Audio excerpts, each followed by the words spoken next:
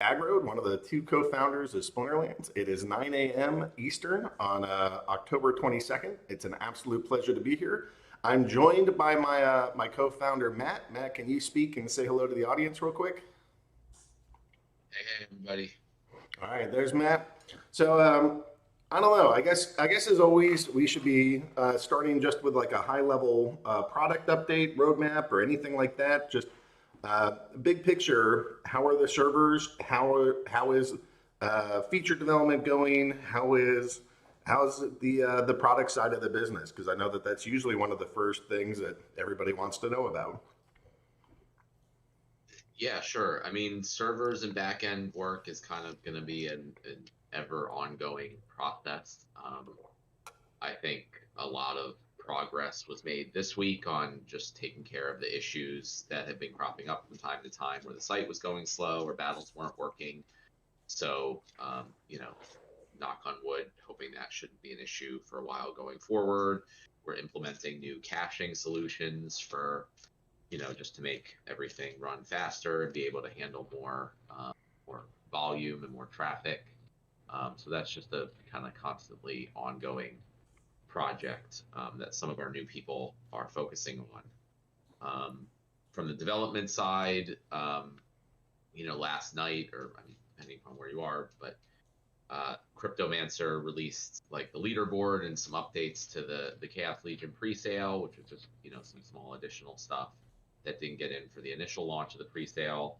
And then the primary work will be getting Chaos Legion ready for the full release. Agrod and I are planning a meeting later today, I think, to just finalize the details of the full release of Chaos Legion after the pre-sale and vouchers and all that stuff. So we don't have any answers for the AMA right now, but hopefully by the end of the day today we'll have that kind of solidified and ready to go, and we can announce to everybody. Yeah, and then in after, or like kind of in parallel with Chaos Legion, which is the highest priority of getting the set and the full release out. There's obviously SPS work, getting more reward pools online, governance, all that stuff going. We kind of talked a little bit about that in the recent updates post, just how the minting works and that we're working on the new minter contract for that. And then land is obviously the biggest thing that we want to get out as soon as possible. No ETA at this time, but the first phase of land and redeeming the claims for the NFTs is, we're all as excited about that as you guys. So, we're trying to do what we can to get that out as quickly as we can. Awesome. I guess on the business and marketing side, I just ran some numbers not that long ago, and they're probably already out of date. But it was something like a few days ago. I asked, "Well, how is the last month gone?" And we're up 1.5x in terms of the number of registrations to the game, and we were up 2.1x in terms of the number of registered accounts. Now, Matt will tell you, hey, there's a whole bunch of bots that formed, and so we should be realistic about how many people are humans and how many are bots and what that makeup is. But even still, with that in mind, we went from somewhere around 300,000 spellbook owners to 600,000 spellbook owners over the past month. So when Matt talks about ongoing server issues and things that crop up, a lot of our code like was written a couple years ago, and it wasn't meant for this many people, or it didn't have to support this many people. And so it's not. I just want to like keep emphasizing that like any kind of errors and things that we have, the devs aren't saying like, hey, this game is doomed and we can't scale it anymore and everything is broken and busted and bad. What they're saying is like, hey, we're going to need lots of tweaks across this platform as it keeps growing to make sure that everybody's doing okay and that the game is operating. So, okay, those are some of the big things. I guess what I want to do next is bring on Cryptomancer. And Mancer, can you unmute and kind of tell us about some of the Chaos Legion stuff that you just rolled out? everybody. Can you hear me okay? Yeah, we can hear you fine. Ah, great. This AMA is the first one where I'm using my brand new shiny, super powerful microphone.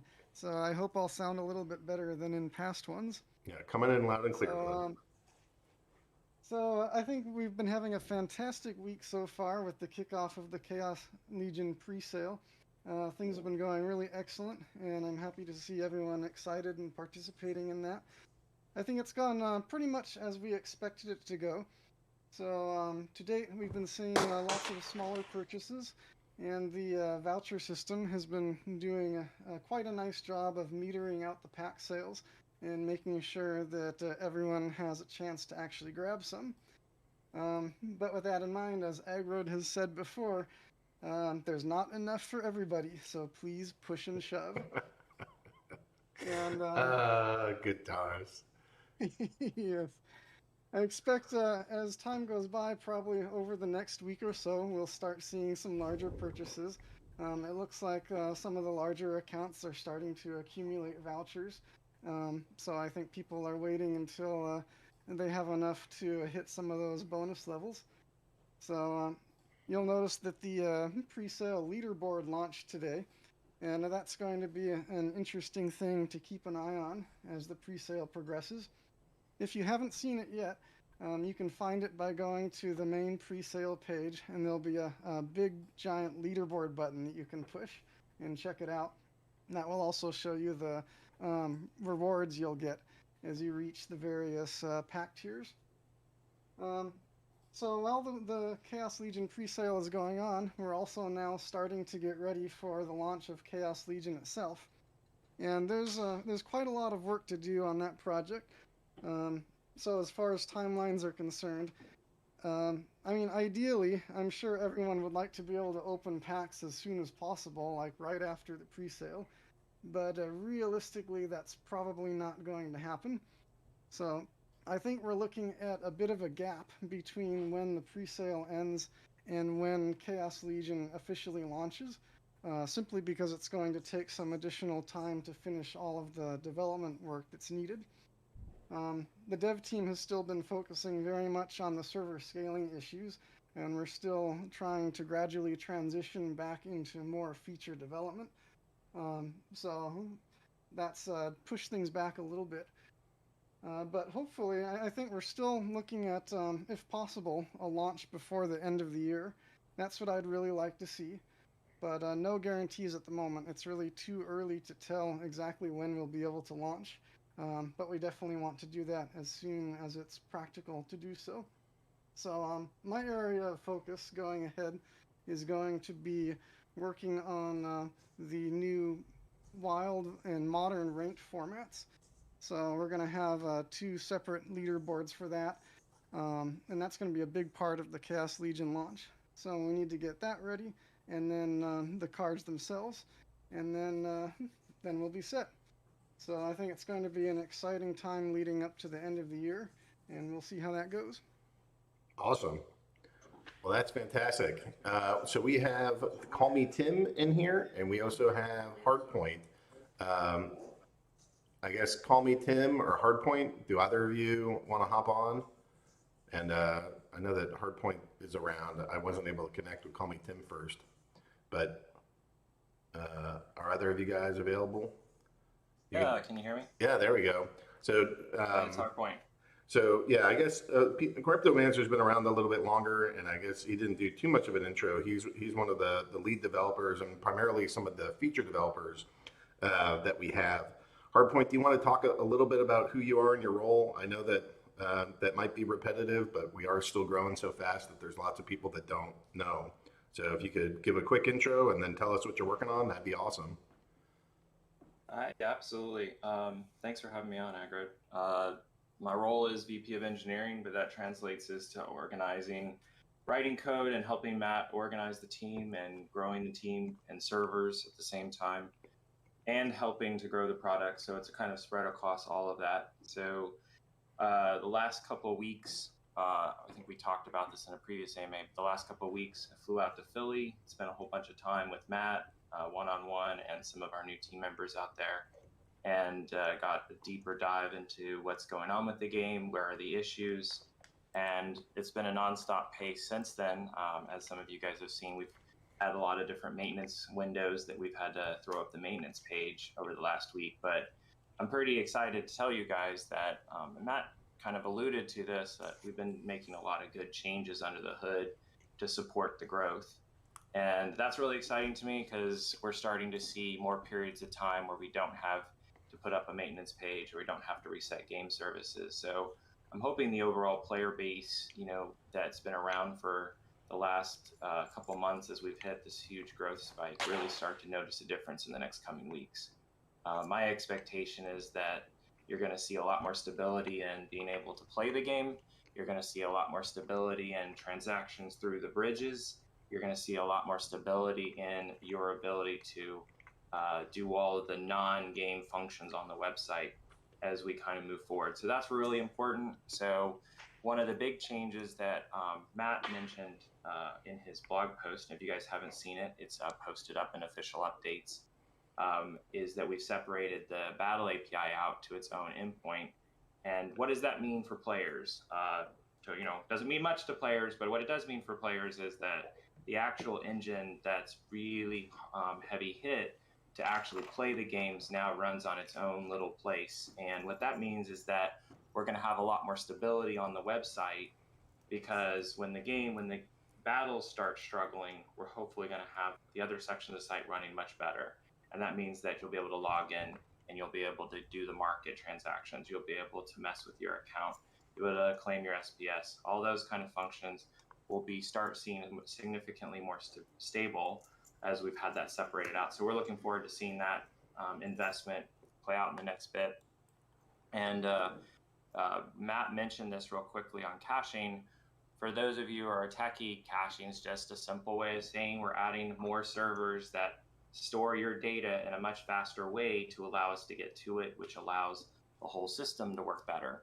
So that is a big, huge thing when it comes to development, to start putting caching in. And all of a sudden, when we layer in a little bit of sprinkling of caching on a system, can make significant difference on the way it performs. And I think you guys are going to really see that over the next week or two, because I was just coding up last night some of our caching stuff, and really excited to get it rolled out to the other devs so we can get rolling with that. So hopefully you guys will see those improvements coming soon. One of the features that we're hoping to get back on is some of the leaderboard stuff that we had to turn off on the website that you guys saw in top battles. There's going to be quite a few spots that we had to disable that we couldn't handle due to performance, that I think caching is going to let us put back in front of you guys. I know you guys were missing those features and have been asked, and those will be coming soon as caching comes online. So I'm really excited about that. Really excited about stability. I'm not going to lie, there's a lot of growth pains, and we're not trying to sugarcoat any of this, but the good news is there's a lot of momentum going on right now on the team. A lot of the team members that we've hired are coming up to speed, so that's really exciting. So that's starting to pay dividends. And I know some of you guys have reached out to me asking various questions about different things. So I'm trying to answer what I can. Some things I'm being silent on because there's an internal debate to try to figure out how to answer those questions. So respectfully, if you don't get a response from me, it may be because I'm not sure how to respond yet, because we're in such a dynamic situation and we're still trying to find the best way to answer these questions that serves the entire platform and the entire community as a whole. And one of those things that Matt also mentioned is we've had to introduce some rate limiting to our APIs. And I want to be very clear and restate kind of what Matt says. We're not trying to limit players' ability to play the game at all. Like if you play the game manually or if you play the game automated, it has nothing to do with your playing of the game. It has to do with how people use and code against the public services that we provide as a company. And what it means is that we've had a significant influx of people that are excited about running automated systems to play for them, which is we're totally fine with as long as you follow the rules. But we do have to be responsible with our systems, and we can't let somebody that forgot to turn off their script crush our servers and turn the whole game off. So that's something that is absolutely in place. It's not going away. In fact, it's going to be more of that just to ensure the stability of the game going forward. And I think that's what everybody wants. Even if you're running automated or you're not running automated, if you're playing manual, everybody cares that the game is up, it's working, and you can do your transactions, you can stake your SPS, and it all works smoothly. And that's what we're doing for you and the community as a whole. So please be respectful with that. Please be understanding with that. We're working our way there. One last thing I'll throw out, been working with the support team over the last couple of weeks as I've come on board, and very excited. We're going to be doing a lot more organizing the team. The team is going to become a lot more efficient. The existing team is fabulous. I want to give a big shout out to them. Byzantius and the crew over there are doing a fabulous job of trying to manage all your guys' tickets. These guys literally get thousands of tickets, and we are literally churning through them as fast as we can. And I know that probably over the last 2 weeks, some of you guys have experienced some aggravations related to not being able to get response from us. Part of that is very intentional. And I'm saying that not because we don't want to answer every ticket, solve every problem, is the simple fact of we have far less devs than we do have community, as you guys know, and that's exciting, but that means we have to be very picky as a company of when to choose to jump in and try to solve one player's problem, or do we work on a problem that will solve everybody's frustration with battles going down and us not being able to do live tournaments. So internally, one of those things that I'm driving hardcore on right now is we're doing budgeting and prioritization when it comes to resources, and we're being very stingy when it comes to developer assets. And I don't mean to be very informal, but for instance, just for Cryptomancer, give you guys just a little bit, being able to get this last week and him being able to get that live for you for the pre-sale, we had to reorganize the team internally so that Cryptomancer wasn't trying to handle support tickets all day long. If he did that, he would not have been able to launch the pre-sale for you guys. And that's the kind of type of prioritization organization we're doing internal to make this much, much better for you guys. And I think what you're going to see, and I'm very excited about, is there's going to be a momentum gain going forward. And that's exciting. Everybody should be excited about that. So very excited to be here. Hopefully that helps give you guys some clues into some of the things we're doing here. And thanks for having me, Agrid. Yeah, good to have you here. Hardpoint, it's a blessing that you're on this team. Very exciting. I feel like we're cloning Matt and even getting some additional skills that Matt didn't have. I mean, it's really great that you have a more of a enterprise background, and then we get to focus on people that are pure feature development. And I love the economic phrase: "Do what you do best and trade for the rest." And it feels like as our team is growing, we can have more people that specialize in certain things and just let them shine with what they do. And then it really helps us because it alleviates problems or, time that it would have been extra hard for Matt or a burden to Matt or, to the community or us or whatever. I mean, it just, the many hands make light work, and then being able to specialize makes it so that we do a better job and it's faster. And I feel like all those things are starting to happen, and looking forward to seeing more developers on the team, more people, and more of these problems getting solved even faster. And that just allows us to grow faster. I mean, I'm still a little hands off in terms of how much growth that we want to put into the game. But, as we get this sort of like mega growth phase behind us, that starts becoming more and more a possibility. So that's exciting. Anyways, thanks for being here, Hardpoint. Now I still see Call Me Tim is in the audience. I don't know if Call Me Tim, if you want to go hop on here for a minute or two, you are unmuted. Yeah, I can say hi. All right. So can you again? We just have a lot of new people. So do you want to give us a quick rundown of who you are and then what you're working on? Yeah. So I am part of the engineering team. I focus primarily on architecture, although we're a small team and growing in some very important ways that you've heard others speak already.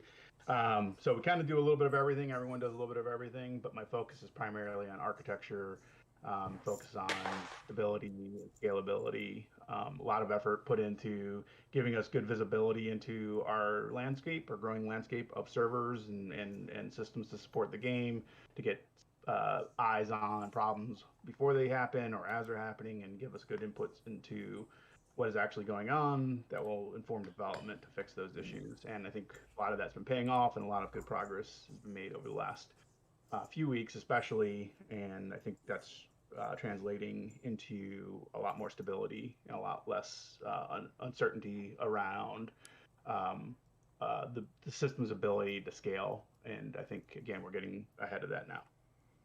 Otherwise, I'm just really interested in the growth of the game functionally, and very interested in looking forward to contributing more to that as the stability of the system becomes less of an issue, and just excited as a player, just along with the rest of you, to see what's coming.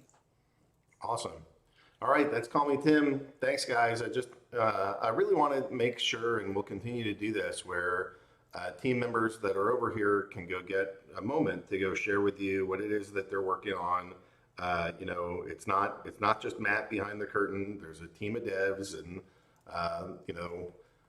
they're all over the world. So I can't tell you that they'll be here every single time. And we're not here to force people to be at you must be at this AMA every single week, whatever. That's really up to Matt and I to do. But for the rest of the team, they kind of circle in and out. I see Knight AV is here. So Knight, I'm going to unmute you, and then if you're available to talk, you're actually on a hot mic. So Knight, are you there? Yeah. Maybe you could tell us who YGG is, who you are within YGG, and sort of just give us a quick update from where you guys are and what you're doing. Sure. YGG stands for Yield Guild Games. We're a blockchain gaming decentralized autonomous organization, or DAO. We're basically just a really big gaming guild with, I guess, a lot of money to buy gaming assets and then play them with all of our best friends, many of which are members of the Splinterlands community. So I'm actually one of the community leads for YGG, specifically on Splinterlands, and sometimes I get to drop by and I guess talk about what we're doing. And today, I guess we've got some particularly special announcements, so I wanted to share those. Yeah, by all means. I want to continue to share that, having YGG here is a fantastic opportunity for this entire ecosystem. They're one of the biggest gaming guilds out there. Then, when I always think about my most central core of everything that I value is that people are the value. Very, very small, bullet pointed idea. People are the value. And YGG is exceptionally good at bringing people and forming community and getting new members trained up and onboarded. And I'm really excited to have them here. So by all means, take a moment, tell us what you're working on. And I've been hearing good things about YGG. And after you guys were able to raise a couple million with some really big venture partners, there's just almost so much potential here above and beyond what you were already doing. Now you guys just have some. We sometimes refer to it as dry powder. There's a ton of dry powder, or a ton of capital that you guys can deploy into a bunch of different things. So tell us what you're working on, and tell us what you're seeing, and just continue to be really excited that you guys are here and interact with our community. Yeah, so we did purchase assets from Splinterlands earlier in the year. 2 regions and a bunch of packs, but we haven't had the governance system in place to really start, I guess, doing things other than spinning up a bunch of guilds and getting people playing.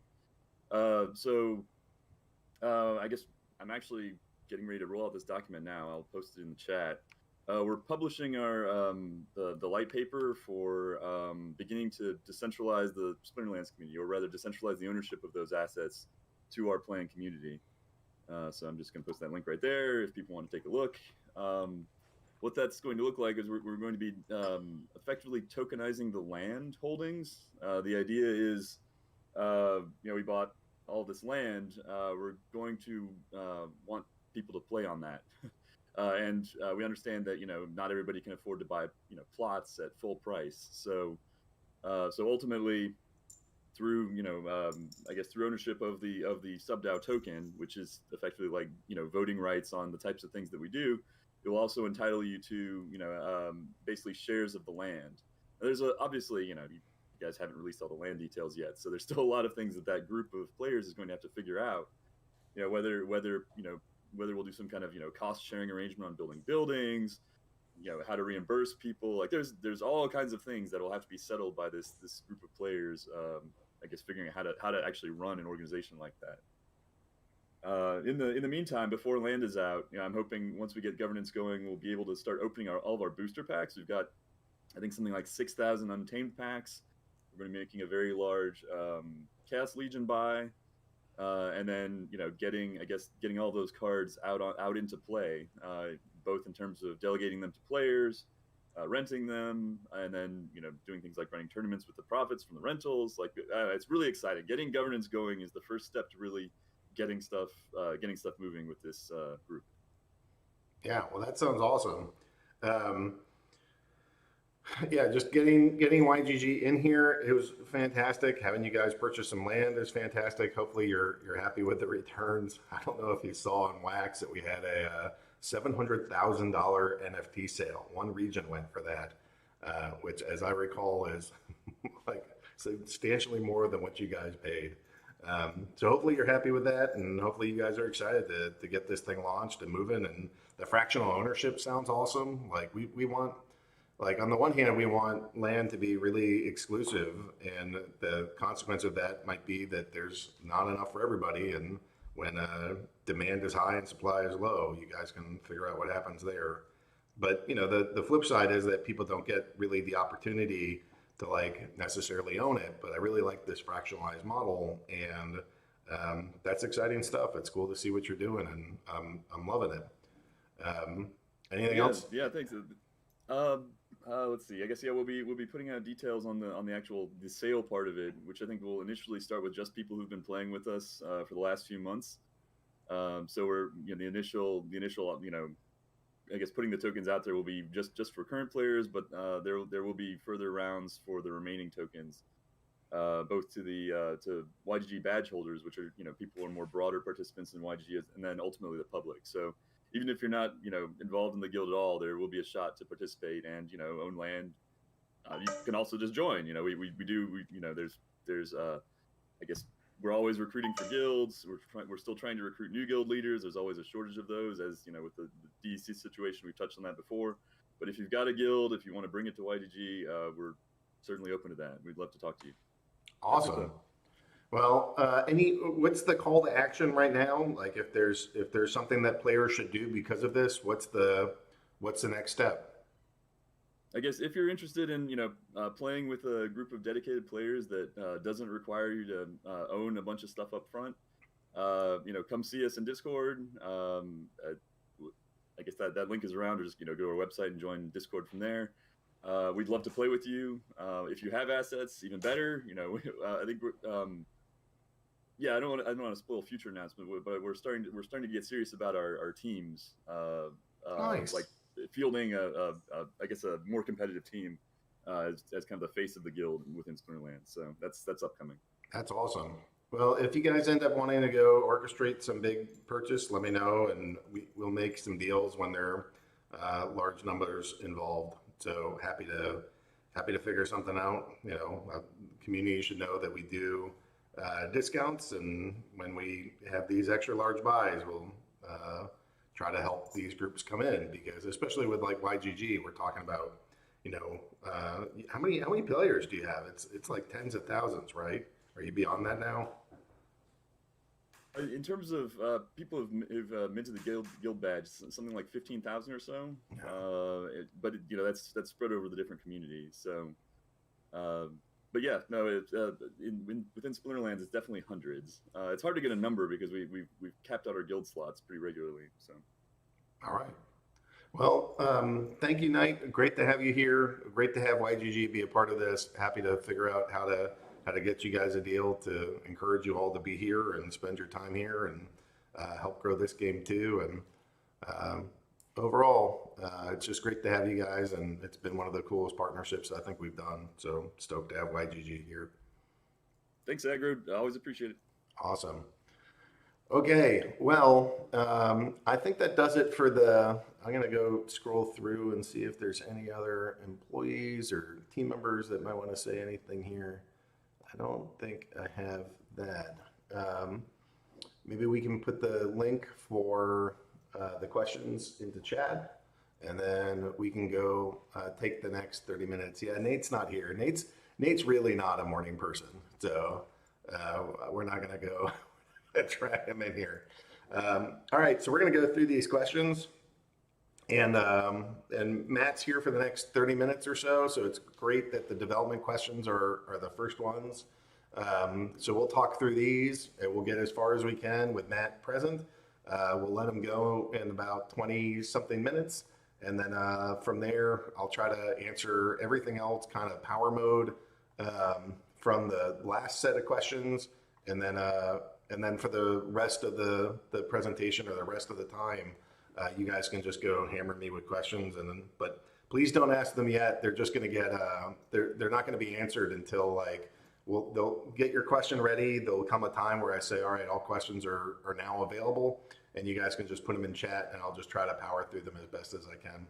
But you got about another 30 minutes before then.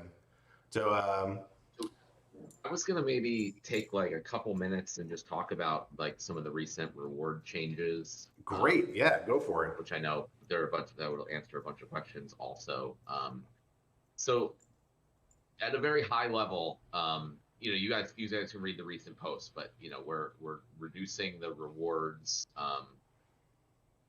further for players in Bronze 3 and below, and adjusting how they're given out, the DEC rewards and battles above that. And I think a lot of players' complaints are, oh, we're doing this and it hurts new players. And I think that kind of confuses. It really has nothing to do with new players versus old players, and really more, it hurts players who aren't going to put in any money to buy assets in the game, right? So one thing is, we want to be very clear, again, that this is not a free-to-play game. There are thousands and thousands of free-to-play games in the App Store. Many of them are really awesome. And if that's what you're looking for, then we highly encourage you to go play those games. But Splinterlands is different. It's much more similar to something like Magic the Gathering or physical Pokemon cards. And, in order to play the game and to continue to be, up to the latest stuff in the game, it requires purchasing assets.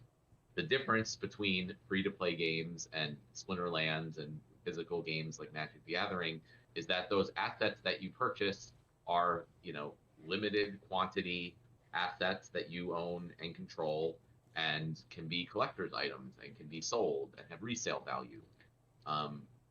So it's our job, really, as currently the designers and developers of the game, to ensure that the game economy is functioning properly and incentivizes the things that we want it to incentivize that will benefit the entire community.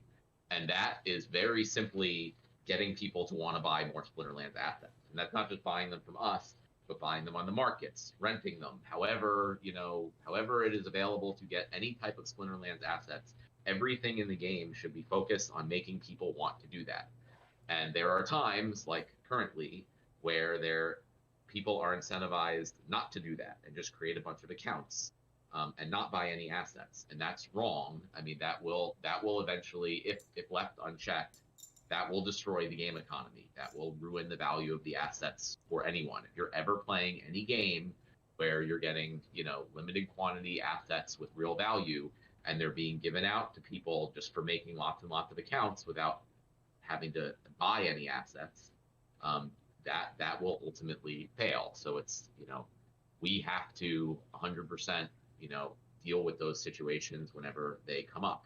And it's, I wish we could say like we just, are able to foresee everything and plan everything accordingly up front, but that's just not realistically the case. We kind of do our best through time. It's a learning process for us, always. So we put out things, we see how things go, we constantly monitor statistics and analytics, and when problems arise, we're going to make changes to adjust that. So it's, again, like, it's not a free to play game.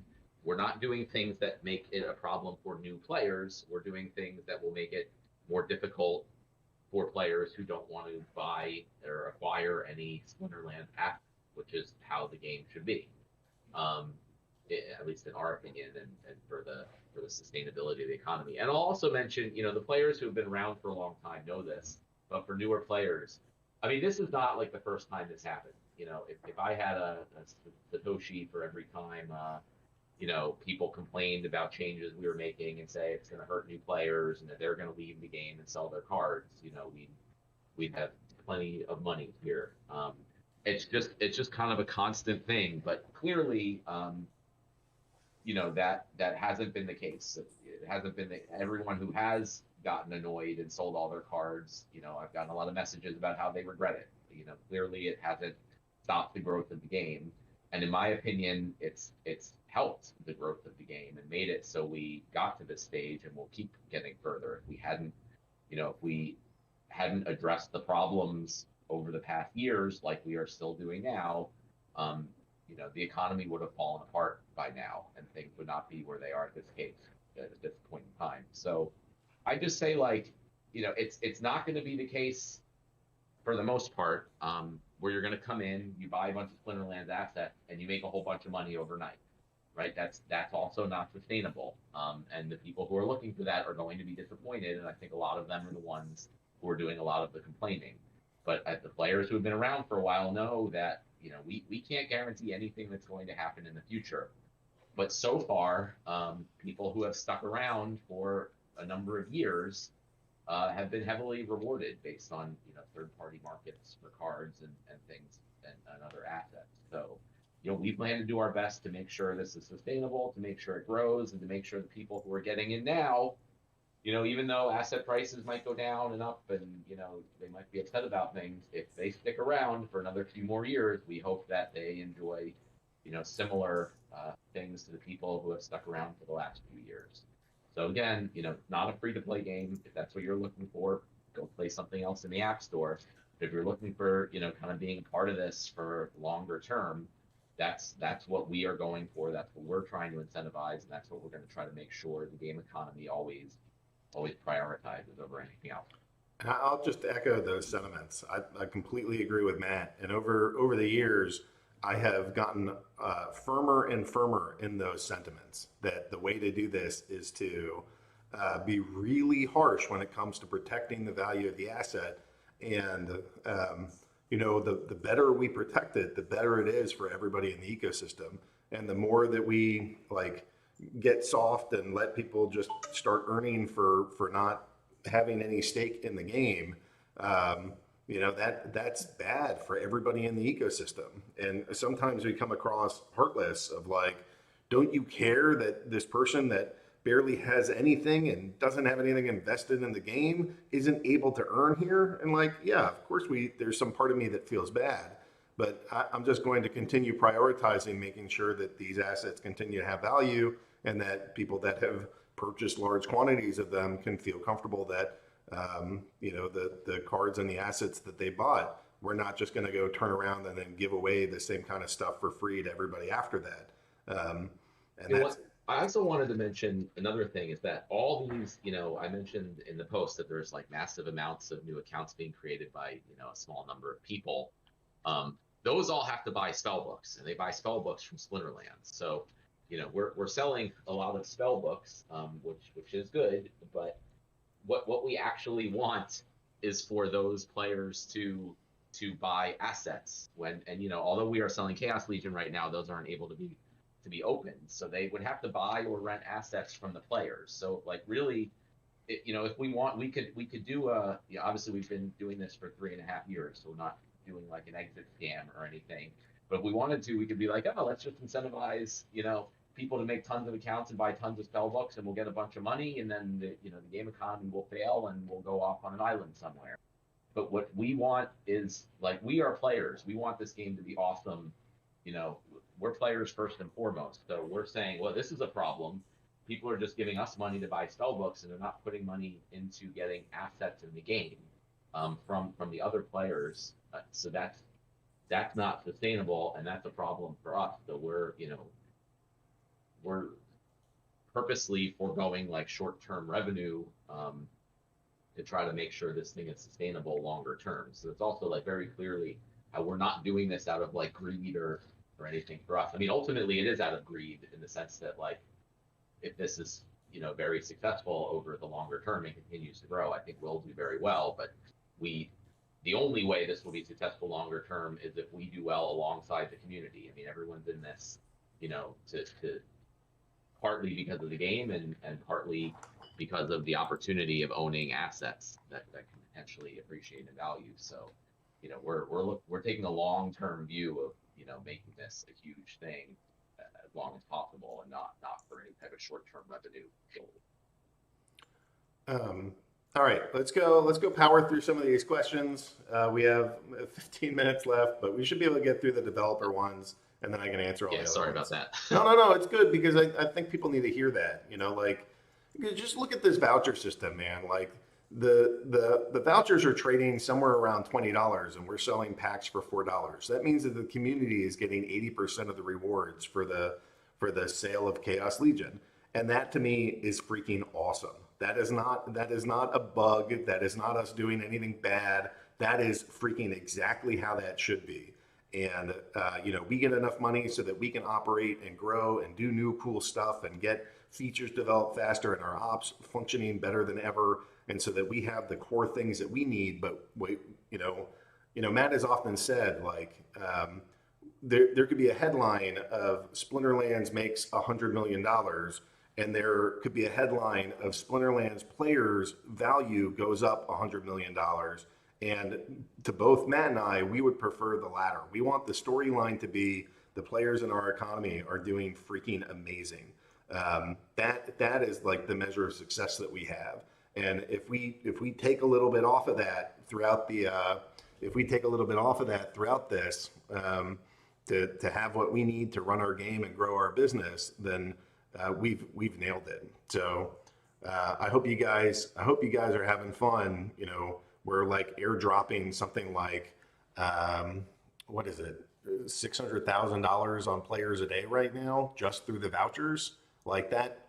I don't know. I think we freaking killed it. Anyways, here's some development. There's one more really quick thing I wanted to say. Go for it. And I'll stay on a couple more minutes to compensate for extra questions. But I saw there was someone commented in the AMA chat earlier, like, what if all the bots or the bot armies of accounts just rent enough cards to get into Silver League and keep farming rewards? And like that would be awesome for anyone playing this game and having cards, because if we have like tens of thousands of accounts that now all start renting, tens of thousands of collection power from the market, that's, they're putting that money into the ecosystem, into players, increasing card values, increasing rental values. Like that's like, yay, that's the goal. That's what we want, Yep. And that's part of why we don't care about if there's bots or not. That, all you need are keys and cards, and you should be able to participate.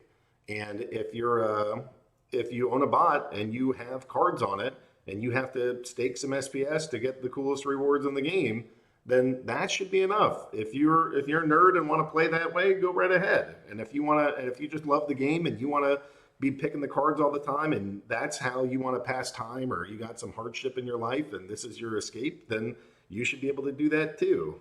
We just don't want to be in a position to tell people this account can play, that account can't play, but we do want to be in a position to say, well, if you're not staking cards, you can't earn. And I don't think that's unreasonable. Okay. Will there be any chance for DEC and SBS to be listed, preferably on Binance or anything similar? I just think it would be really convenient for some, if not most, of the player base. Thoughts on listings?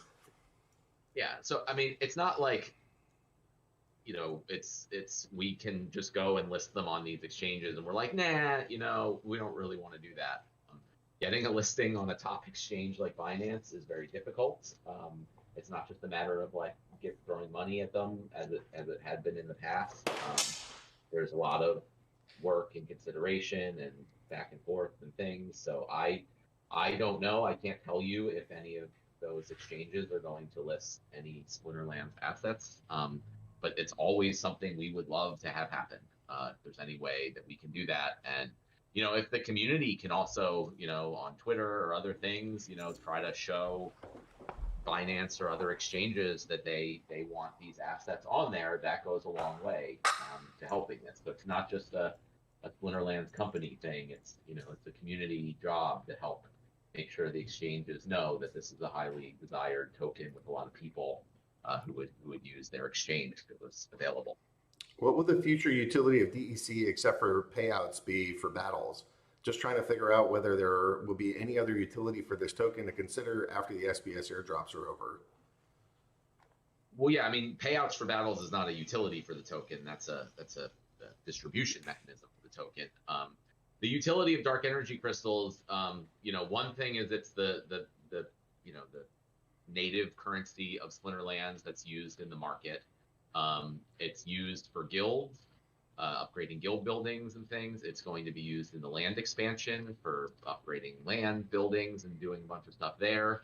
We have always historically and in the future planned to release mini sets of cards. So after Chaos Legion, we're planning on the Rift Watchers set that will only be purchasable using dark energy crystals and possibly SPS. But like it won't be able to be purchased using credits. So there's lots of things specific that are utility only for the dark energy crystals token, and you need to have the dark energy crystals token in order to participate in those. Okay. Is there an official Splinterlands wiki page? I found one that's on fandom, but I'm just looking and I don't think that is the official Splinterlands wiki. Yeah, I guess it's not like official, but it is, created by some very active players, and I think they do a very good job of keeping it updated. So I don't know what, maybe we can dub it official at some point or something. But from what I've seen, that seems to be a good reference place to go for all things Splinterlands. Are there plans to reintroduce incentives to further grow the Splinterlands wiki, or is it solely voluntary contributions from here on out? I think I would be very open to helping, from a Splinterlands company perspective, helping incentivize that type of stuff, incentivizing players to contribute and kind of really grow that out fully. Will DEC be algorithmically pegged to 0.001 in the future, or will you let the market decide prices? I mean, the market always decides prices.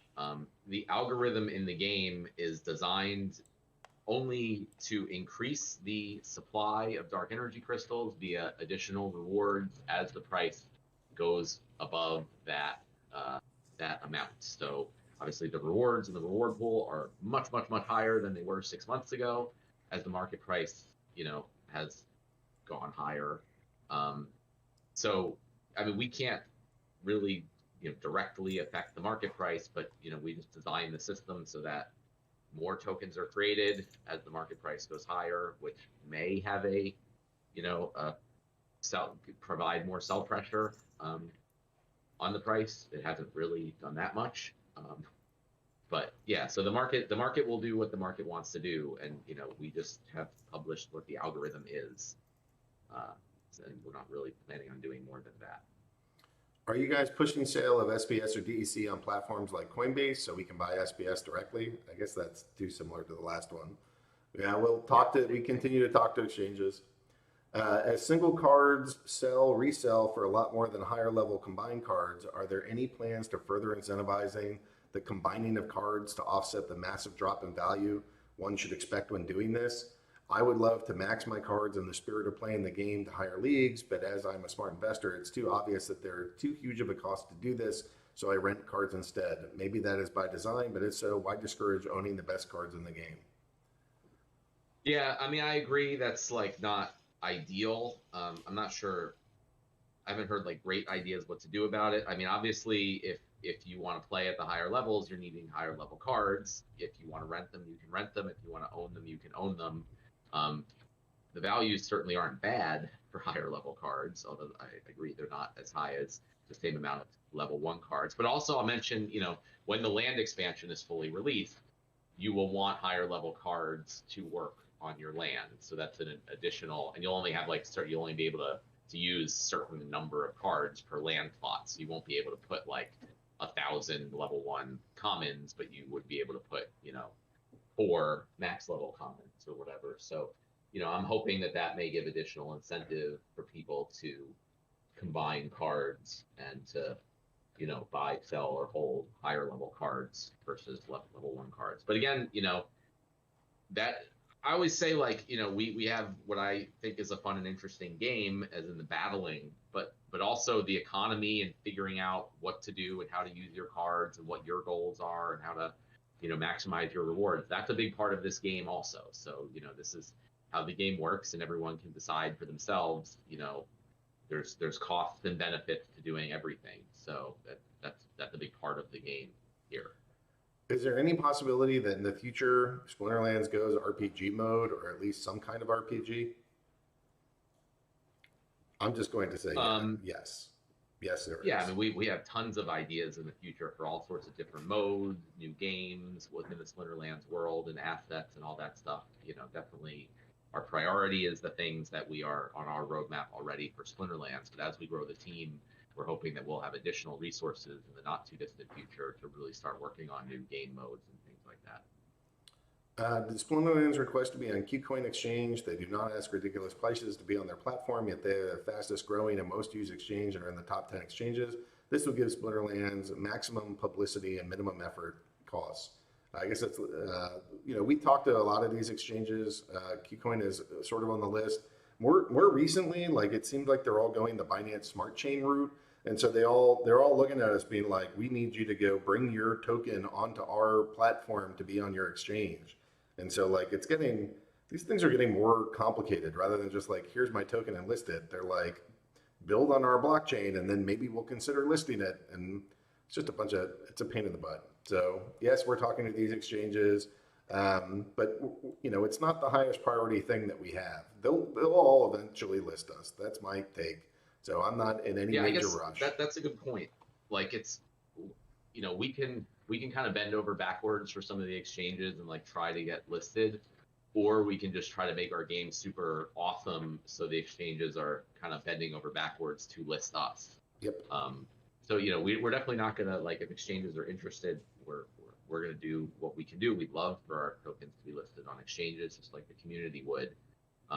But our main focus is and has always been just making the best product that we can, and then people will come to us ultimately.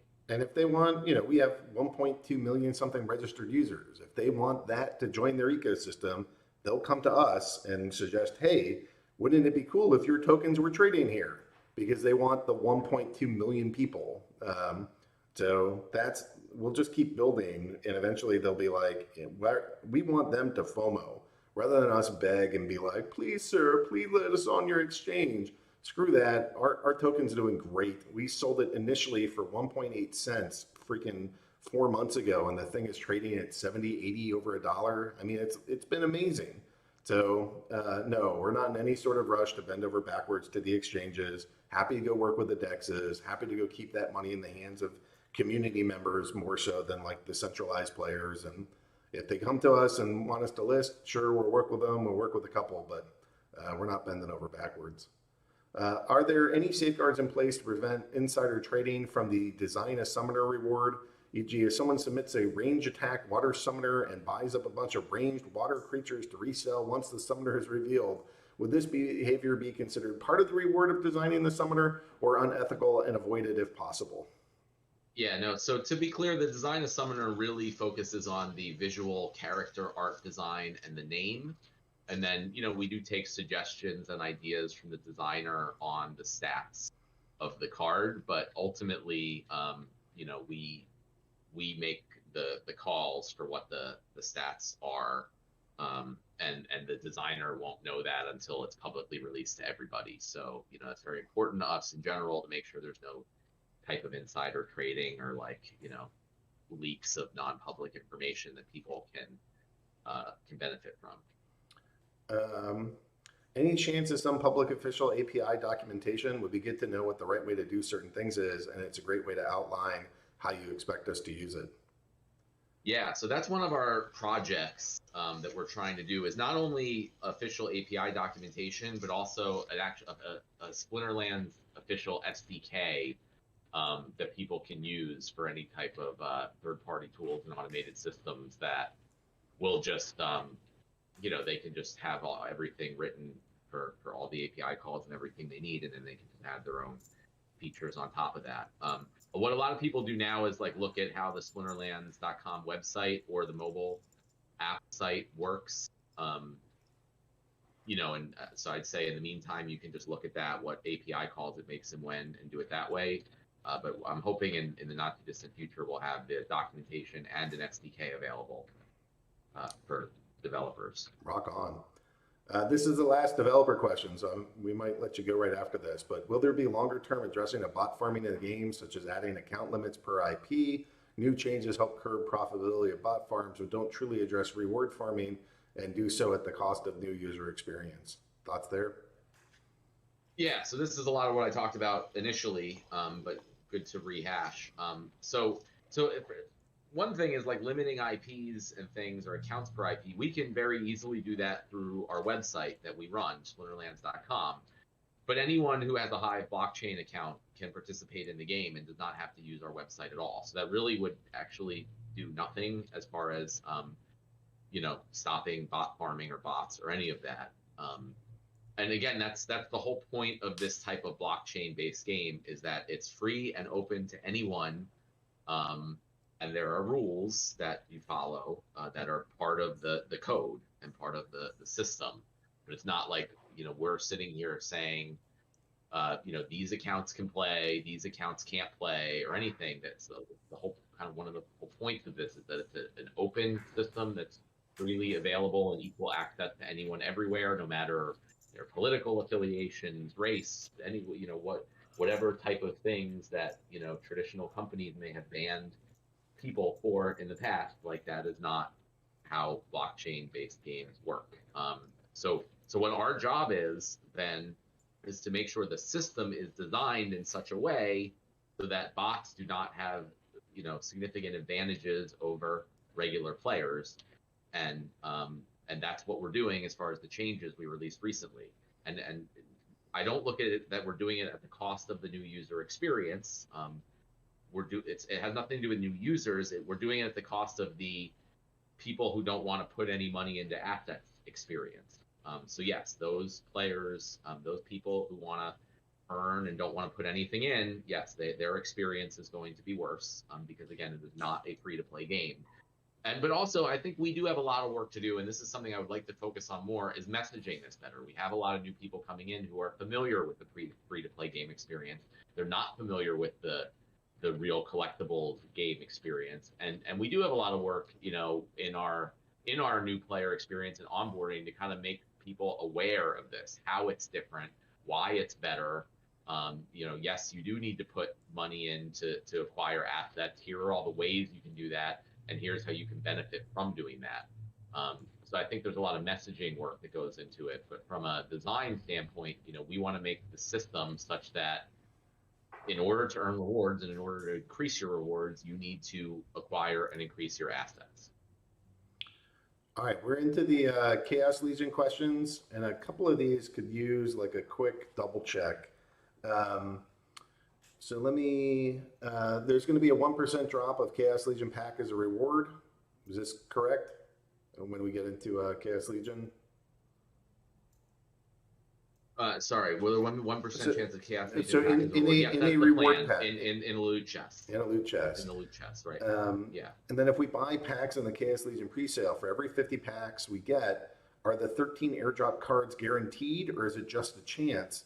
And then are we doing any amount that's guaranteed? How is that airdrop working? Do we have that sort of announced and finalized, or how are you thinking about that? So there's always a minimum amount, like that for each airdrop there'll be like, guaranteed, if you have bought X number of packs, you'll get a guaranteed airdrop. That depends on the rarity of the card and a bunch of different things. So the 50 packs guarantee is in the pre-sale is only for the pre-sale, the special edition promo card. And as each airdrop card is added, at that time we'll announce what the amount of packs are to be guaranteed one of those cards. But every pack will always have a chance of getting the cards. Even if you buy one pack in the pre-sale, you will have a chance of getting all of the airdrop cards. All right. Can we use staked SPS to buy packs? The answer is no. In regards to the 50 pre-sale pack purchases giving the guaranteed promo card, would you need to open the 50 packs to get this, or do you just need to be the purchaser? It's just the purchaser. I'm sorry. Gold Matters is showing me cool stuff, and I got distracted, hoping that he will share it in the AMA channel. Yeah, go. I can go. But, I can pull that out if we'd like. But yeah, go do it. It's just the purchaser. And then here with the 1% Chaos Legion pack drop in a loot chest, is that for Bronze League and higher or Silver League and higher? Is there like a minimum threshold to be able to start earning packs in loot chests? I'm not sure yet, but the chance will probably like start pretty low and then like increase in the higher leagues would be my guess. Any preview of Chaos Legion cards yet? I don't have them. I have the art, so we could preview some of the card art. I typically leave that stuff to like Nate to do. Okay. I think they're mostly looking for. I don't think they're looking for cards as much as they are looking for stats. Is there anything that we want to show them? I don't have that ready to preview yet because they're still changing and. Okay. Does the new Chaos Legion series include summoners, or is it just monsters? Oh, of course, yeah, it includes summoners and monsters. Yeah, everything you need to play. It'll be, very similar in makeup to Untamed. Will affiliate links still pay out the 5% on Chaos Legion packs? Yeah, that should pay out for any purchases made in the shop. So if with the guaranteed promo card with the 50 packs stack with a 2% chance per pack, i.e. if someone buys exactly 50 packs, do they get one promo and only one, or do they get one promo and a like 2% chance to get the gold? So how do you? Oh yeah, every pack has a chance to get the promo card. So while it's statistically unlikely, if you bought 50 packs, you could potentially get 50 promo cards. Although that would be super extremely unlikely as to not actually ever happen. But if it's just basically the algorithm works like if you buy 50 packs and it computes your chances and none of those 50 packs would have gotten you a promo card, it will say that you will get one because you're guaranteed at least one. So you can get a minimum of one and possibly more. And then how does that work for gold? Same thing. Every one has a chance of being gold. And if you buy the amount of packs, I think it's 1,000 to get guaranteed a gold card. Then if it generated all your chances for all your packs and none of them were a gold foil card, it will change one to be gold foil. So if I buy 1,000 and that's the number that guarantees me one gold foil, is it possible I get 2 gold foils? Well, you get many gold foils, yes, a minimum of 1. Perfect. Okay. I think that's enough to have Matt here for. I think I'll go power through the rest of the questions in the list. That'll probably take me another 20 minutes, and then we'll have about 40 minutes for questions. Matt, do you want to? At some point, Gold Matters is going to drop something really cool that he did in the AMA chat. So great. Heads up on that. Anything you wanna add, or anything you wanna kind of close up on?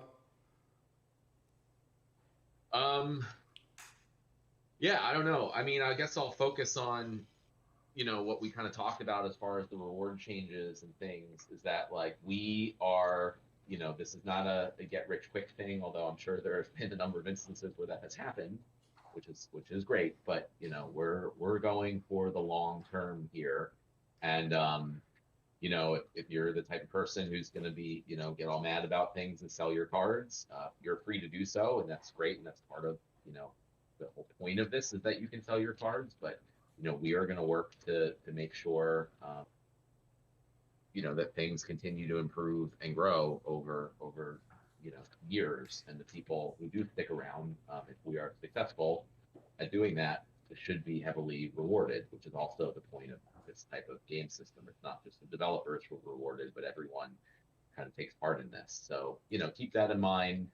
I think talk to some people who have been around for a few years. They have some war stories. There were definitely some times where things looked pretty bleak for certain situations, and there were people who got out at those times, and I think they mostly regret that at this point. And the people who stayed around are pretty happy that they did. So that's just keep a long-term mindset here, and we can't guarantee anything that will happen, obviously, but we're going to work our hardest to make sure that things do well and this grows much, much more than it already has in the long term. There's the gold foil card that he was talking about. You guys can go check this thing out. That's literal gold. It's like a small sheet of gold, and it's got the Mighty Dricken on it. Pretty sweet, if you ask me. Yeah, so Matt is a class act, and he's doing that the polite way of saying, we're gonna do everything we can to make sure you regret those decisions. I am less of a class act. I'm going to point and laugh at you when you sell your stuff and come back a year later and realize just how much this community has grown and how much everything has grown. I will be here to point and laugh at you for your terrible life choices. So consider that in your planning. All right, thanks, Matt. Thanks for being here. I'm going to go power through these questions. I got about 3 pages left of questions, and then after that, I'm going to just open it up. So we got about 20 minutes left of questions that are pre-selected, and then after this, it'll be like 30 minutes or so of anybody can ask whatever they want. So anyways, so how many Chaos Legion packs do you need to buy to guarantee a legendary summoner? I think he just said it's 1,000 packs. When will the main sale plan be disclosed? Matt and I are like literally meeting about that today because we want to go do. We know that people want to know it. We want to know it too, but we've been arguing about how to best do things. So there's not consensus yet. So we haven't been able to go drop that. At what date, if ever, will there be an opportunity to buy Chaos Legion packs without using the vouchers? Well, that's something that Matt and I are discussing literally today. I'm heading out to media. I'm going to go meet with a major sports organization in the mid-afternoon, and then the late afternoon, I'm going to meet with Matt. And there you go. Is it guaranteed that after the pre-sale period, packs purchased at $4 will be allowed for everyone without needing vouchers for it? There will be some point where you won't need to purchase it. You won't need a voucher to the voucher will block you from purchasing it. There will be a point where that's not necessary. I don't know exactly when that is. There were some talks about affiliate rewards for SPS packs purchases a couple of AMAs back. Didn't see anything there yet. Anything in the plans or will be kept to credits would incentivize people to use SPS even after pre-sale. I think Matt said that's available, like the pre-sale using SPS counts, and you should get credits for that. I believe that's how it works, but he's the one that ultimately coded it. SPS airdrop questions. All right, so this is another section. We're out of Chaos Legion and we're back to SPS. Once you start the unstaking process, how is your SPS considered in regards to the voucher SPS airdrops? You lose 20% of the amount each week. You lose 100% of the amount from the moment you start unstaking. You only lose the SPS that is actually transferred to your wallet once the week time frame passes. Maybe Cryptomancer can answer that. I think it's that once you start unstaking, like 25% isn't considered part of your airdrop amount, but I actually don't know. All I do is stake more. I don't actually unstake, so I don't know the answer to that. Would you know if the Chaos Legion packs will also be accounted for in the SPS airdrop computation, or is it just the previous packs? No, if you own Chaos Legion packs, they should show up in your airdrop, and that way if you spend your hard-earned DEC or SPS, and instead of staking it or putting it in a pool or something, you buy packs, yes, you'll actually get some benefits for that. If I buy Chaos Legion packs after the pre-sale, will I get any airdrop cards? Yeah, you get airdrops. You're not going to get you're not going to get Dr. Blight. who's going to be this awesome Plague Doctor style card.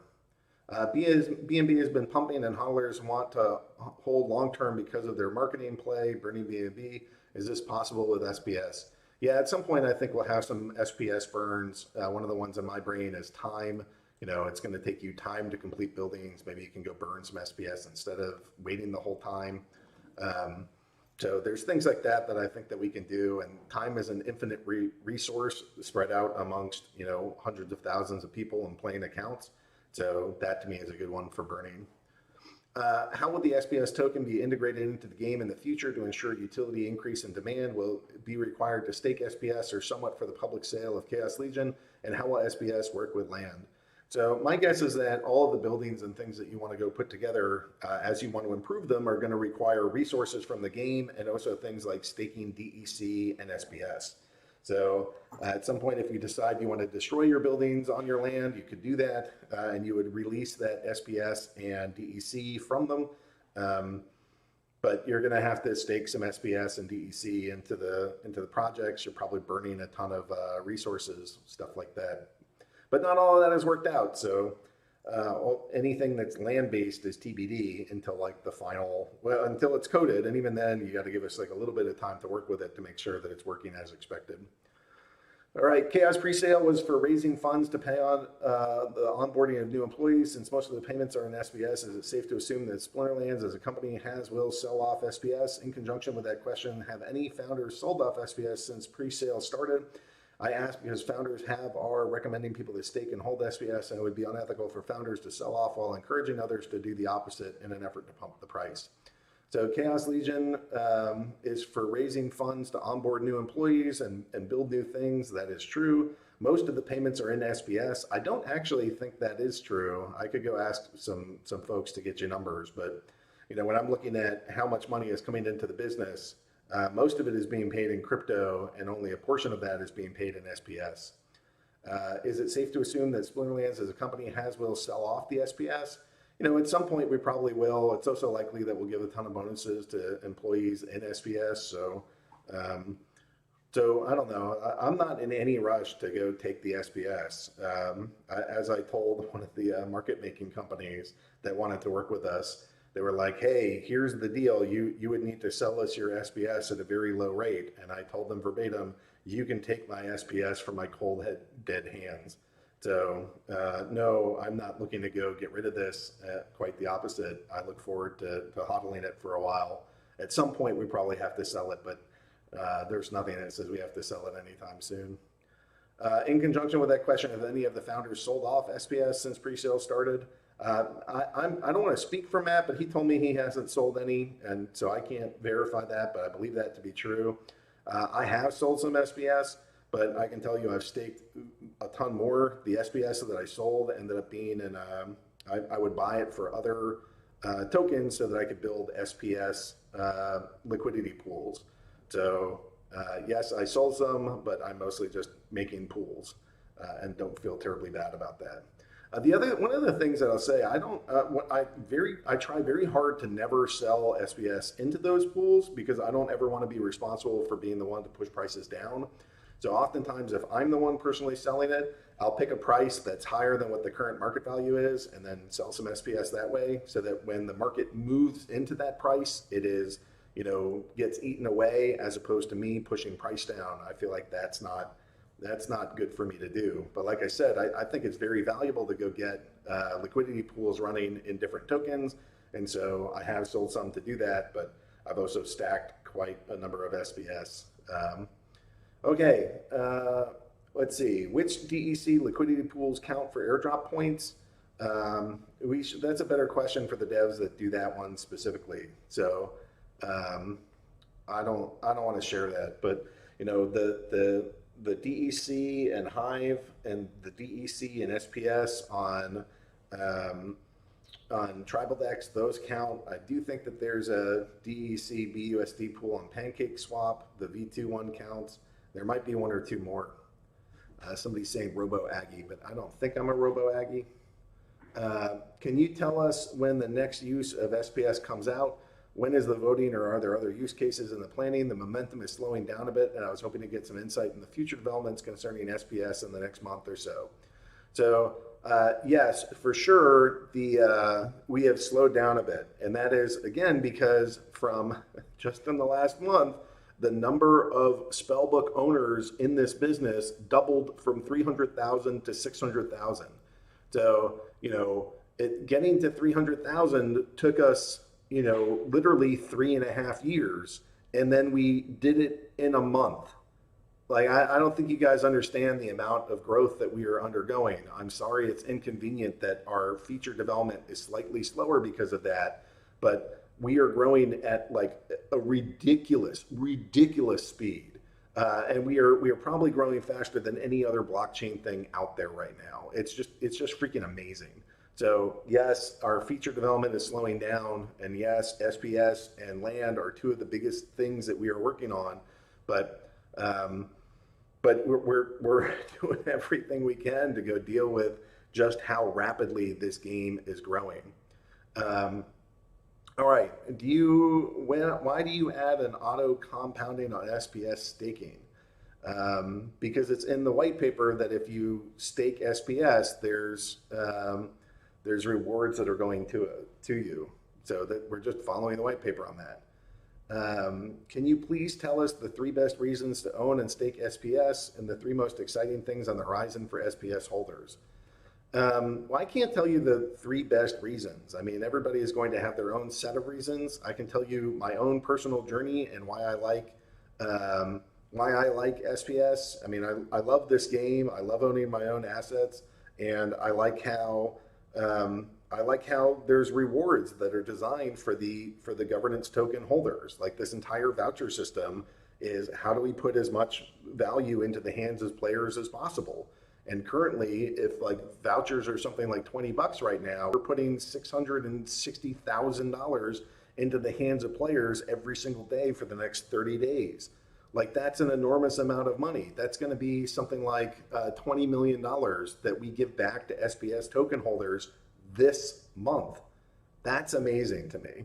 And I've held Bitcoin. Bitcoin never gave me like any other tokens or anything other of value. It always was, great to own Bitcoin, but the value was always Bitcoin increasing. There weren't like airdrops and things like that on top of it. So the most basic reason is anything that's cool in this game is going to require SPS to improve or get. So if you want the coolest stuff and want to get to the highest levels, you're going to need SPS. So you're better to go stake it immediately than not. So I don't know, the 3 most exciting things for the SPS holders, it's really just read the white paper. We are like 2 months behind on where we want to be on the white paper. So it's just getting the basics of what we said we would do. All right, voucher questions. It was stated that there are 33,333.333 vouchers being airdropped daily, and in the previous AMA it was said that the voucher will be made, maybe still be necessary after the presale, but there are only 1 million vouchers in total proportionate to the 1 million packs. Will there be new airdrop of vouchers after the presale? That is currently the plan, but that is not announced, but yes, there will be more vouchers that are dropped. I know it's impossible to sell 1 million packs on the presale because you need a whole voucher to buy a pack, and the majority of players only have a fraction of vouchers, and some do not know how to transfer their vouchers. So 999,999 packs being sold is possible. 1 million is not. Yeah, so it'll end at the end. So the max amount that we will sell is 1 million. There's up to 20% bonus. So the max that people can get rewarded is 1.2 million, and it's going to be some number smaller than that. And I think we're like 34 days out from when that happens.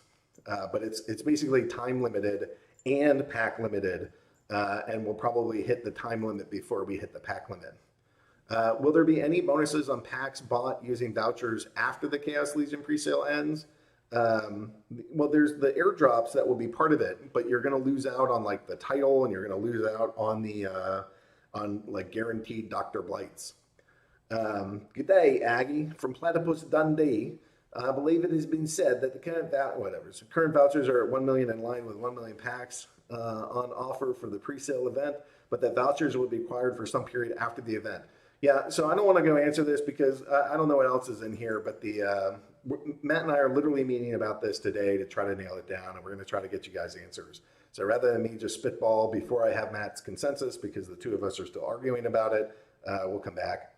What are the odds of getting airdrop cards when I buy vouchers for pre-sale card packs for Chaos Legion? It changes with each card, and it changes with how far it is into the pre-sale. So there's not one number I can give you. If it's a common card, it's much easier to get it. If it's a legendary, it's much harder to get it. So there's not like a number I can give you. If I get pre-sale card packs from other players, will I get airdrops as well? No, you will not. So one of the reasons why, the cards are at a discount when you buy them through the secondary market, you'll get the cards, and you'll get the airdrop cards will eventually become part of the pack. So it depends on when you open your pack. But if you buy secondary packs, the airdrop goes to the person that purchased it, not the person that ends up opening the packs. Would it be worth it to buy vouchers instead of pre-sale card packs? I can't tell you what to do there. You have to make up your own mind. What does a chaos pack cost less than a voucher? I don't know. Well, why does a chaos pack cost less than a voucher? And well, that is because you don't get the airdrops or the other rewards. Will I not get the drop if I buy a chaos pack instead of a voucher? That is correct. Only the people that, will I not get the drop if I buy a chaos pack instead of a voucher? Yeah, that question doesn't make sense to me. Maybe somebody else can figure that out. Will Splinterlands ever sell or resell any coupons beyond the 1 million pre-sale coupons? Yes, I believe so. They also said, thanks for an incredible game. You're welcome, bud. Glad you're enjoying it. How long will vouchers be needed? We haven't determined that. That's what we're talking about today. Once a general sale opens, will we still need vouchers to buy packs? The vouchers will still be useful, I believe. Hint, hint, wink, wink. All right, other game questions. This is questions 4 of 6. Are you adding more questions to the list? Okay, good. Okay. Other game questions. Will the new dual ranked battles ranking mean twice the amount of ranked battle pools? And if so, twice the amount of printed daily DEC? That is my current understanding of the plan, yes. In your opinion, will the MAV status further the divide between majority of the players and the rich few? What are the implications on game growth with SPS proposals for when the wealthy commingle with each other and decide on proposals? Will it lead to the majority voices being shut out from proposals, or will it instead lead to stronger vocal support for the many? Wow, that's a pretty loaded question. That's not like just asked fairly or even-handedly. I think having MAVs, if you are putting significant stake into the game, the main advantage of being a MAV is that you basically have direct access to the devs that are constantly reading MAV chat. I don't have time during the day to read all of Gen Chat. I just don't. So if you want to make sure that you get your comments into my brain and into Matt's brain and other developers, you have a much better shot if it's in MAV chat. And so I don't really see that as like having to do with SPS proposals or the wealthy commingle with each other and decide on proposals. That all sounds vicious. All these guys, there's not one mentality of what is good for the wealthy in the game and what is bad for the wealthy. There are so many different players with so many different opinions, with so many different sets of cards, so many different desires and designs. It's not rich versus poor here. It just doesn't work like that. And that's the beauty of crypto, is that everybody comes in with so many different different opinions and plans about how this stuff should work. So no, I don't have any fears of the rich commingling on proposals and exploiting the game. I don't know. I just don't feel it. Is the DEC reward pool divided per league? No, it's divided based off of like total rank points, I think. Although that's probably a better question for Matt. Recently, a prominent Maverick was banned for violating terms of service by buying a cheat card on one of his accounts for 58 to transfer the deck to his account. Clear violation. He popped into Mav chat and asked to be unbanned. He was given expedited resolution for a support team member and unbanned within hours. Do all the users of the game be given a second chances? And if so, is it retroactive? Recently, people have been posting in channels they did the same thing and were told if it was a one-strike rule, no exceptions.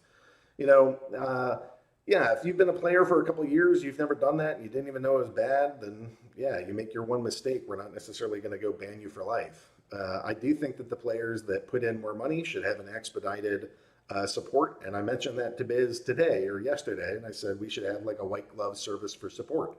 And I'm not ashamed of that. If you have put in tens of thousands of dollars into this game and you have a problem, there should be somebody to go like answer your questions. And actually, one of the things I want to do is create like a hospitality room and make it so that there's like a full-time staff member that's there to go answer player questions, and maybe not give you like future plans of what Splinterlands will be, but if there's stuff that you guys want to do and you don't know how to do it and you want help right that second, that's what the hospitality room should be for. So that's a resource I hope to make available. And to me, it's about how do we make everybody get better and better customer support. And some of that is dev and dev tools and all this other stuff and so on. But basically, I want it to be better. And, you know, in the cases where people are clearly intentionally violating these terms of service, we should be going after them hard. And in the case that, like, I don't know, somebody's been here for a couple of years and they do it once, like I'm not like crush that man and never let him play again. So I don't know. We have a balance, and you know, if your first interaction with the game is just to go try to violate our terms of service, yeah, I really have no heart for that.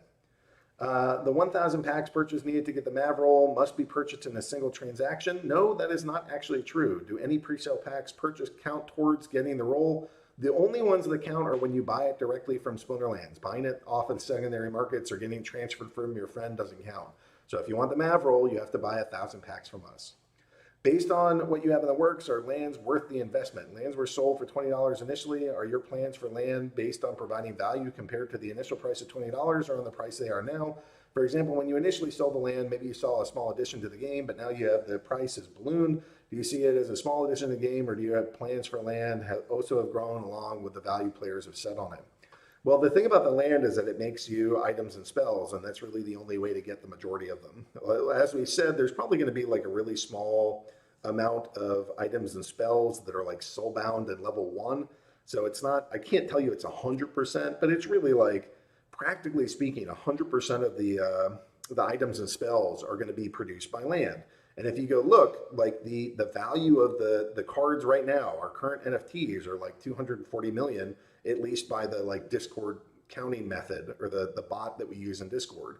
So normally people would pay us 240 million if they wanted the exact same amount of items and spells, but because of the way that we've built this, they're going to pay you the player, you the landowner, can conceivably be getting millions of dollars for the cards that you mint in this game because they have actual value and you can trade them and you can sell them and you can rent them and all this other stuff. So I don't think that it has to go do with like the features of the land and the like development of the land and the play styles of the land so much as like the assets that you will ultimately create are items and spells. We've already proved out that they can be worth hundreds of millions of dollars, and the 150,000 people that own plots are going to be able to get some portion of that. So, so that's where I think the value comes from. And I don't think it's completely just based off of what we as developers do. It's more about what the community does with items and spells and the ability to rent. Okay, these are suggestions. I don't know that I could do anything about suggestions. These are probably more Matt things, so maybe we'll put these further up on the next set. Question and suggestion, why not include the backfire ability and the amplify ability? I don't know. I don't design it. That's more of a Matt question. There are several complaints about the voucher system. Can we please get a voucher text channel? Maybe. I think that's more buy and sell, but if I keep hearing that from lots of people, I'll consider it. What are your thoughts on spellbooks that cost $11 to $12 with the addition of the 1,000 to 2,000 credits in the account to allow people to buy rent cards right off the bat? I don't think we should force people to get credits. If they can just get credits, I don't know, that's not that hard. I know that the Wizards aren't exactly for free to play, but being free to play is kind of fun challenge, so I'm hoping this is implemented. While this would be better suited to an SPS proposal, I'm hoping that this change should be implemented soon with the new changes to Battle DEC rewards. Thanks for your time. Yeah, I just don't, so like that's like I don't know. I was in the world of like textbook sales and textbook bundling, and they would be like, all right, well, you have to get this bundle and you have to buy all this other stuff. And it always revolted me. And I was like, why are we forcing people to buy these assets that they may or may not ever use if they just want their one textbook? So the reason to do it is that you get more money, but my goal in life is not to squeeze every single last dollar out of every single last person that wants to join. So I would say keep them separate. If you want a spell book, buy a spell book. And if you want credits, buy credits. But I'm not going to force you to buy credits and a spell book. That's not fair to the people that only wanted one and not both. Can we get a private room in Discord for those who have purchased a spell book? No, it's kind of, I don't know. That's just general. Who don't even play interjecting. I don't know. How much do people that don't even play interject? That seems like a pretty small thing. But again, if like there's tons of people that ask, then maybe I'll concede the point. And also, just so you know, I'm like 6 questions away from opening this up to the public. So if you want to get your questions ready that haven't been asked or haven't been answered, go ahead. And it looks like we have around 30 minutes for those. Please do something to allow us to use cell phones for transactions. Funky. I guess I wasn't aware that you can do something in the mobile. I do almost everything in the desktop. I will consider that and think about how to make something like that work. Will you implement the ability to change rental prices without having to cancel it, take it off the market? Yes, this is a big ask, and we've heard this a bunch. We just, like as awesome or better as we know we need to make the rental thing, it just hasn't gotten to the point where it's the priority because DevOps just eats so much of our resources. But this is, if it's not like staking and it's not land, then, or if it's not SPS or land, this is one of the things that's like high on the radar. Include max button when staking SPS. Yeah, I agree. That's totally annoying that doesn't exist. Include rentals in tutorial. That might have been Divich that said this. And I've seen that before. You know, doing a tutorial is not like a 3-minute thing. That's like a big project. So yeah, we know that there's more tutorials that we can and we should make. We plan on making more. We are so freaking swamped right now that it's hard to fit that in right this second, but the more tutorials is definitely on the radar. And then just, this is just nice. Thanks for all the hard work you and your team put in. I don't know if that's to me directly, but yeah, the freaking Splinterlands team is a bunch of really dedicated, hardcore, awesome guys that spend all their time trying to make this place better. So kudos to the team. They're amazing. All right, so that said, that's the end of questions. And so there we go. Open question time starts now. Oh, they fly in. Oh, God. All right, I'm just going to keep going through these. Hey, just remember with your questions that keep them polite. You know, try not to be so freaking like weighted in how you word things of like the poor versus the rich and all this like judgmental crap. Keep that out of there. Just keep your questions technical. So how did Pancake Swap get their 620 SPS for the new 60-day boost? We sent it to them from the SPS DAO fund, and they put in their like cake boost. So what is the account SPS DAO going to do with their vouchers? I forgot that we had vouchers on that account. I saw that somebody created a diesel pool for SPS versus voucher. I'm actually pretty inclined to go put all of those vouchers into that and see how that goes. With rising worth of guilds, is there any plan to create some kind of backup system for guild ownership? Like owner has an accident, gets inactive for unknown reason, selected co-owner gets the main ownership. I'm not looking into mechanisms to try to make owners less powerful, but only protecting guilds. Maybe some kind of mechanism where a co-owner can get kicked if 2/3 of all co-owners vote the kick. Woo! That's a lot, Taug. It is on our list to go make the guilds more like DAOs. And maybe even less like real owners or like one particular owner. I don't know, but that's on the list of stuff we want to do. But I can't tell you like exactly what the mechanisms will be because I don't feel like I've really gotten to the point where I'm an expert on that just yet. So I will say we are looking into it. Maybe after SPS and the lands and like the Chaos Legion fighting systems in place. Maybe this is something that will sneak in to some of the stuff because we know that that's on the list and on the radar. Why do you want Chaos Legion release to be tied to the 2-league system being ready to be implemented? Can't cards be released prior to them and bring the 2-league system in when it's ready? That is a possibility. So, you know, that's going to be more of a call on the ground when we get there. So I don't want to say yes, that will happen or no, that won't. it's going to take a month of the pre-sale anyways. Let's go find out where we're at with that. And it's possible that we'll do that, and it's possible that we won't. I mean, if it's really close, then I'm going to be like, look, dude, you're just going to have to wait another month. And I think it'll be fine. You know, like doing all this stuff is going to be like a bunch of changes to reward systems, and maybe it's good to do it stepwise, and maybe it's good to do it all at once. We just going to have to look. Would it be possible to remove the payment of quest potions and only have them as a reward potion for daily quests? It would be great for players at all levels to win a daily quest potion from time to time and encourage more play. That's not the worst idea. I don't know. That's like, I know people really want these quest potions, but I think that ends up getting exploited by like 50,000 bots. So I'm not super keen on that, but we'll see how that goes. Questions. Will the Dr. Blight promo card have the same collection power as the previous promo cards or have reduced collection power as the other Chaos Legion cards? Probably have reduced, but I don't know. I haven't seen the final design, but I'm betting it's reduced. If I happen to buy exactly 1,000 packs at pre-sale, will I be guaranteed to get 19 regular and 1 gold foil promo card, or is it possible to say get 18 and 2 gold foil? Yeah, if you're lucky, you can actually get more than 1 gold foil. Matt had answered that question directly. With the insane growth of Splinterlands, hacker scammers are increasing in the ecosystem. How can we check if a card is clean and safe to buy? Well, if it's on the market, it's clean and safe to buy. I mean, there's no... I guess you're asking, like, what if somebody had hacked and sold this thing? That is unfortunate, but if it's on the market, that person owns that card. And it, you know, as much as I would love to say every single person that got hacked was hacked, I'm sure that some of the people that got hacked are really just trying to go scam the game for funds. So I don't know. It could just be somebody selling their cards.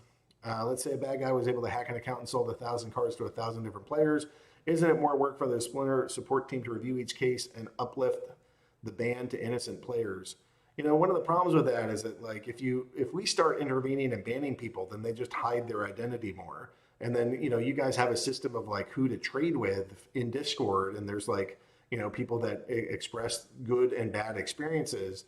If we constantly ban them, they'll constantly change their identity, and then you can't have a system that helps you find the bad actors. So I'm not so inclined to ban people, but I don't know. There's more to it than that, and we can talk through it. Is it okay for community members to work towards SPS and DEC getting listed on additional swap services, decks for free? Obviously, multiple pairs would be possible. Yeah, I mean, if you guys can get things listed, go ahead. Like once these cryptos are out there, they're not like Splinterlands. Splinterlands owns SPS. No, it's not like that. These are community tokens. Go. I mean, I don't really want everybody running around as if they're representing the corporation Splinterlands. That's not okay, because you're not. But you could say, hey, I'm a community member, and I'd really like to see this token from this ecosystem in there. All right, do you guys have some limitations regarding which ones to use? I'm pretty sure this could be done rather swiftly and easily. However, liquidity questions should be worked out, would improve the interoperability aspect and overall marketplaces for the token. That is the whole problem in a nutshell. Like, just because we add another exchange doesn't mean that liquidity improves. Oftentimes it might mean that the liquidity decreases. And so that's one of the reasons why we're like a little bit hesitant to go run out there. You know, right now there's $7 million sitting in the Pancake swap pool. And if, you know, my general guideline is you can do 1% of that, which means people can trade up to $70,000 at a time without moving the pool at all.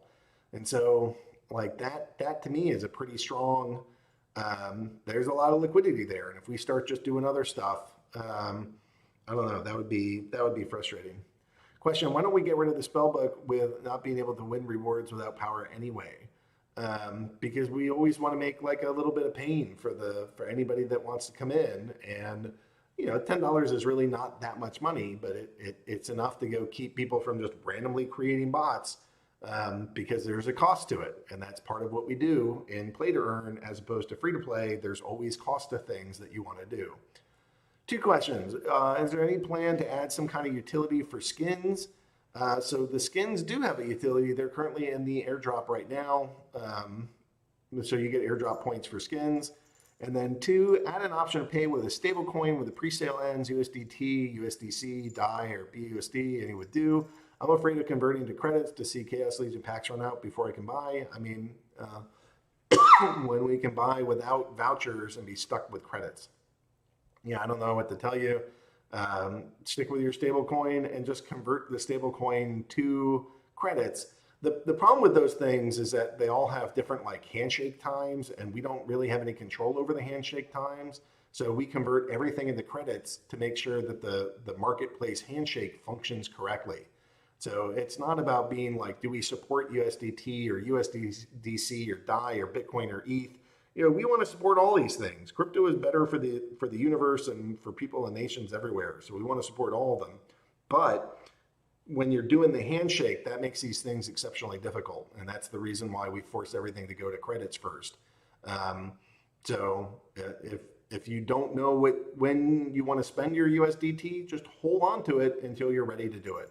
That would be my advice, rather than asking us to change the entire system to allow for you to spend USDT when it's easier for you. Any info on when what rewards or incentives will be given for holding SPT NFTs? No, those you should just assume for right now that those are collectibles and collectibles only. So assume that there's no incentives. If any incentives that happen to come into existence for those, then it's bonus. It's like gravy. It's extra cheese on your sandwich that you didn't pay for. But I wouldn't go buy the SplinterTalk.io NFTs, assuming that it's going to be anything different than what they are, which is currently just collectibles. Question, a friendly question regarding your defensive Mavs. If you spend tens of thousands, you should get higher quality support. If I have spent more than tens of thousands, but not able to get 1,000 packs because it's largely in cards into EC, will there be any kind of route in for me, or I have to liquidate it all for SPS vouchers just to get this? Thanks and keep up the great work. Honestly, you guys don't get enough credit. Well, first off, I want to make sure that the sport is just good all the way around, and that's what I want that to look like. And then in addition, I want it so that if you're a MAV, and specifically a MAV, and maybe one of the landowners, I know that there's been talk about a landowner channel. I've been waiting until the land gets released to go put that together. But you know, maybe when we do the landowners, like there'll be a couple different routes where, like, if you hold the title to a region, then maybe that gives you access to the expedited support. But there you go. I do feel like there should be some white glove service. So maybe MAV or maybe a landowner. Just owning a bunch of deck, I don't think is going to get you there. Next AMA, the next AMA should be at 2 p.m. I didn't check with Matt, but that should be okay. Have you considered offering a season pass or mastery pass? I don't know what season passes or mastery passes would do, so no. How are you feeling today? I'm feeling okay. Thanks for asking. This has been a fun one. I'm actually pretty healthy. So I had that like fever of 101 the last time I was doing this, or the time before that, and I've been pretty healthy and in a good spot. More of a suggestion, can you give us eye candy maybe every AMA until the Chaos Packs can be open? More power. We appreciate your guys' hard work. It's mostly a thing of time. The person that does the eye candy is Nate. He's our creative director, and he's the one that is tasked to go create and share those things. But he is not a morning person. So I think I can do 2/3, but not 100% of them, because I think he can make the afternoon and evening ones. Pancake Swap was just given the SPS from the DAO. That's correct. But they weren't just like giving it. They gave us a whole bunch of cake we basically swapped cake and SPS, and we're giving out both. That's my understanding of this. So yeah, those rewards came from the DAO to go incentivize building a giant liquidity pool so that you guys can come in and out of the game whenever you want. Any more eye candy? No, blah, blah, blah. Witchy Wizards voted. Yes, we voted. Will we find out more about vouchers after the pre-sale at the next AMA? And just, hey, before you get all sassy about, hey, you guys did this, keep in mind that there's something like 200 million tokens that go into the DAO. And so 500,000 is a lot of tokens, but it's also like a really small percentage of the DAO. So there we go. Will we find out more about vouchers after the pre-sale at the next AMA? Hopefully we get a paper out this week. I don't know that I can promise that, but that is my objection. Jack Ranger says, yo, Aggro, you the king. Thank you so much for all you've done for me in this project. For real, I've never seen a better project, bro, and more honest and fair. Well, you're welcome, boss. I hope you're enjoying your time here. Question, I need a blockchain developer to help with a third-party Splinterlands app. Can Splinterlands devs help me find a resource? 50,000 USD budget with profit sharing. Yeah, you can go connect with me. Don't do it today, maybe this weekend or something. I have a couple devs that we've turned down, but that, like, for third-party work should actually be pretty good. Like, we're just, like, incredibly picky about who we pick for devs in this company, but that doesn't mean that they couldn't help you. So I got a couple devs that have contacted me looking for work, and maybe some of these guys can help you. Question, does bonus packs acquired as a result of buying 2,500 or 100 packs count for the pre-sale perks? For example, if someone buys 3 2,000 pack bundles, would they get 7 titles or 6? No, the bonus packs are like bonus. They're not counting to your rewards count, I don't believe. But I should get a double check on that because I didn't code it, so I don't know exactly. So I'll check in on that.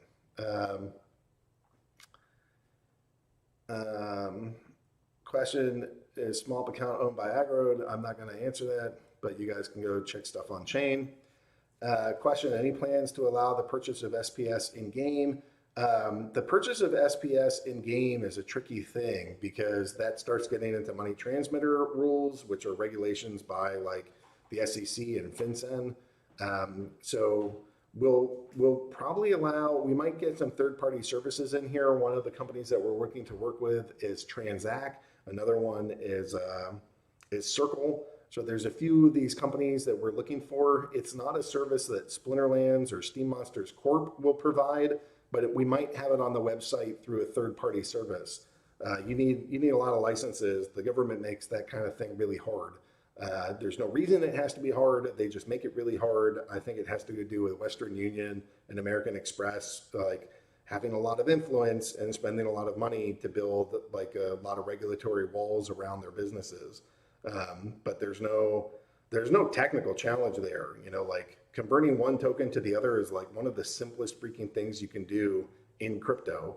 But from a regulatory standpoint, that's nasty.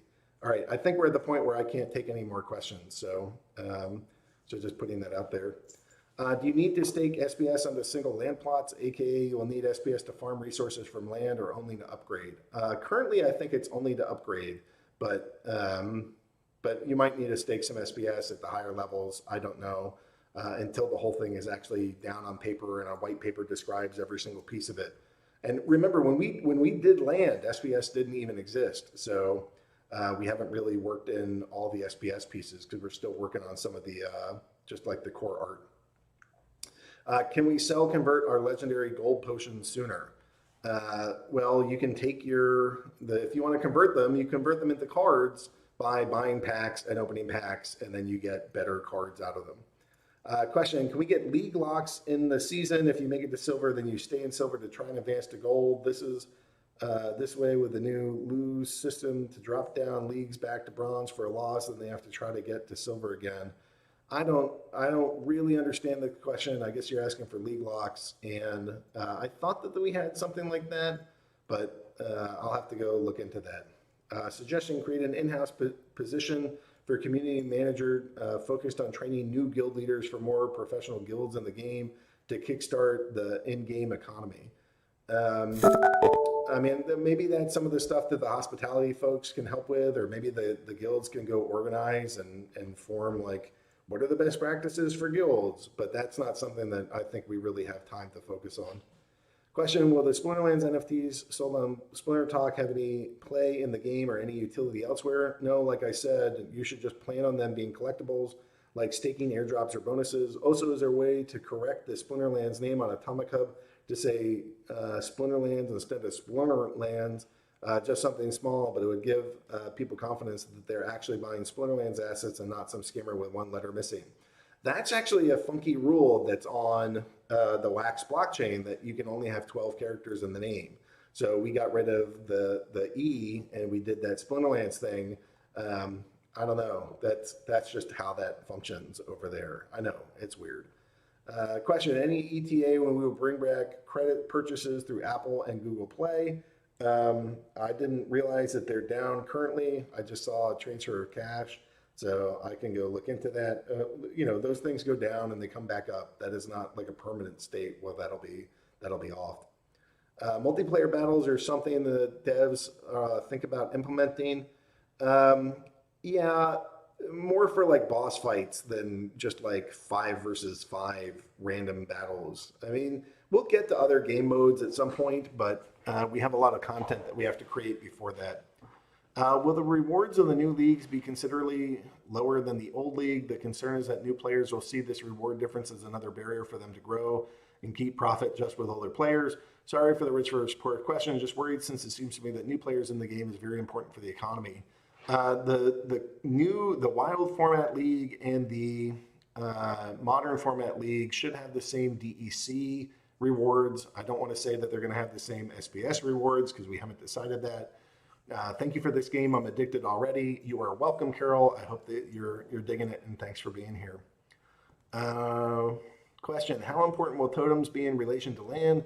If land is rare and not everyone will get a plot, totems seem to be rarer still. Will more totems be created? So there are more totems that are going to be created. You're going to go mine them out of the land, but there is a fixed amount that was said in one of the white papers about land. And the totems basically improve how many resources you're getting out of the land. So if you have some super awesome totem and you have some super awesome land, you probably want to go combine those. Can we send credits to another player? No, you cannot. Question, is the new option for ranked games will have less collection power per league? I actually don't know. The last thing I heard Matt say was he wasn't planning on it. But that's more up to Matt and Cryptomancer. I'm not going to get into that level of detail on the game. Having said that, the collection power for Chaos Legion and new reward cards have less collection power. Yeah, so it's possible you're going to have to own more cards to advance further. That is a potential there. But I don't know where that's at right now, and that's mostly in the hands of the dev and economic design team. How many airdrop points does the skin give? I don't remember. You can go buy a skin and look at how it changes. We're in the Spirit Animals Guild. That's great. Is there a chance in the future that we can gift our legendary and alchemy potions to another player? No. Those are really for you to have on your account to incentivize you to buy packs and open them. And, that's just how that is. Can I get reward if I purchase 50 Chaos Legion from High Legend from third parties? You will get a reward in your soul and in your heart for having done that, but you won't actually get the bonus loot that's part of the pre-sale. All right, maybe MAV status for 100,000 staked SPS regarding the MAV question from before. Yeah, maybe there's some staked SPS whale thing. I don't know. You guys are like, those things are more like social and not like my biggest focus right this second. My biggest focus second is like keeping the game running. And so when we're a little bit under less pressure for DevOps and more back into just like make this game awesome at all times, then those things can be there. Quest Potion question, I'm going to go ignore the Quest Potion stuff. This man looks like he has way too many awesome things in his balance, and it is unfair. They should give it all to other people. Question, is this AMA being streamed or recorded? Yes, both. Question for 500,000 USD, could we get better listing on some exchange and have it last longer than 60 days, or how much does it cost for those big exchanges? It's not just a matter of like how much does it cost. You have to go get all these regulatory things done. It's kind of a pain in the butt. It's not just money. And even then, Matt and I are not convinced that adding more and more exchanges will benefit this ecosystem. And I know that's counterintuitive because in 2017, the only thing you could really do to help your project a ton was get stuff listed. But if it was as simple as, the top 4 exchanges, you just need to bribe your way in, then that would probably have already happened. But there's other stuff to this, and I don't know, it's a pain in the butt. So I guess I'm questioning the premise of the question. Like, if I could just throw $500,000 at Binance and get listed, that would probably be working or fine. But it's not just about the money. It's a pain in the butt. Oh, hey, Cryptomancer informed me the bonus packs do, in fact, count for all perks. So kudos on that. Question, why is Splinterlands more challenging than playing chess? It's hard to determine which path to go, be it cards, hodler, or region owner. Never seen a game much fun economically come up complicated like this before. Thank you for teaching everyone how fruitful it is to use the power of compound interest and delayed gratification. Yeah, well, Squelin, I'm glad you dig it. This is all part of what Matt and I envisioned. This is what you get when you combine a chemist and somebody that thinks big systems and game design with a dev team that is incredibly competent, capable, and we all just work our tail off over and over and over.